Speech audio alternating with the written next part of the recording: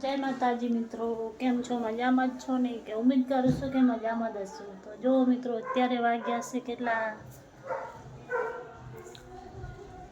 12 વાગવા આવ્યા છે મિત્રો. અને મારે હવે જમવાનું બનાવવાનું છે. આજે મારા હસબન્ડને છુટ્ટી છે, દક્ષને પણ છુટ્ટી છે મિત્રો. આજે નાતાલ છે તો સ્કૂલિયાને રજા છે મિત્રો. બધાને છુટ્ટી હોય પણ મિત્રો અમારે કોઈ દિવસ છુટ્ટી ના હોય, કેમ કે અમારે તો ઘરના કામ કોણ કરે? અમે છુટ્ટી રાખો તો મિત્રો. જો સબ્જી લઈ લીધી છે અત્યારમાં તાજી. જો રીંગણ મરચાં લીધા છે,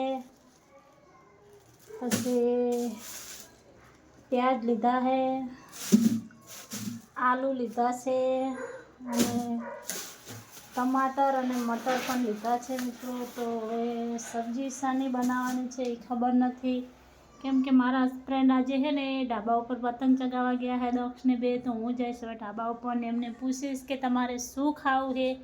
તો મિત્રો હું જમવાનું પછી બનાવું એમને પૂછીને, કેમ કે અત્યારમાં તો મિત્રો સબ્જી થોડી બની છે કોબીજની, પણ કોબીજ તો મને ભાવતી નથી. તો મિત્રો કંઈ પણ બીજું બનાવવું પડશે હવે. એટલે હું જઈશ હવે ઢાબા ઉપર મિત્રો. તો તમારે પણ આજે બધા મિત્રોને છુટ્ટી હોય તો ઉત્તરાયણ જરૂર કરજો મિત્રો, કેમ કે ઉત્તરાયણ આવી છે નજીક, ઉત્તરાયણ આવી રહી છે મિત્રો નજીક. તો છોકરાઓ તો મિત્રો 2 મહિનાથી ઉત્તરાયણ કરે છે, દિવાળીની વાત ના. અને તમે લોકોને તો બધાને છુટ્ટી હશે, આમાં જેવા બૈરાને કોઈને છુટ્ટી નહીં મળતી, કેમ કે અમારે તો ઘરના કામ એટલા હોય છે.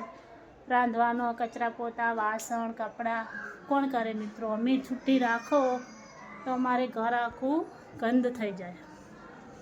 તો જય માતાજી મિત્રો, હું જાઉં છું ઢાબા ઉપર, ને ઢાબા ઉપર જઈને તમને મુલાકાત કરાવું મારા હસબન્ડની. બાય.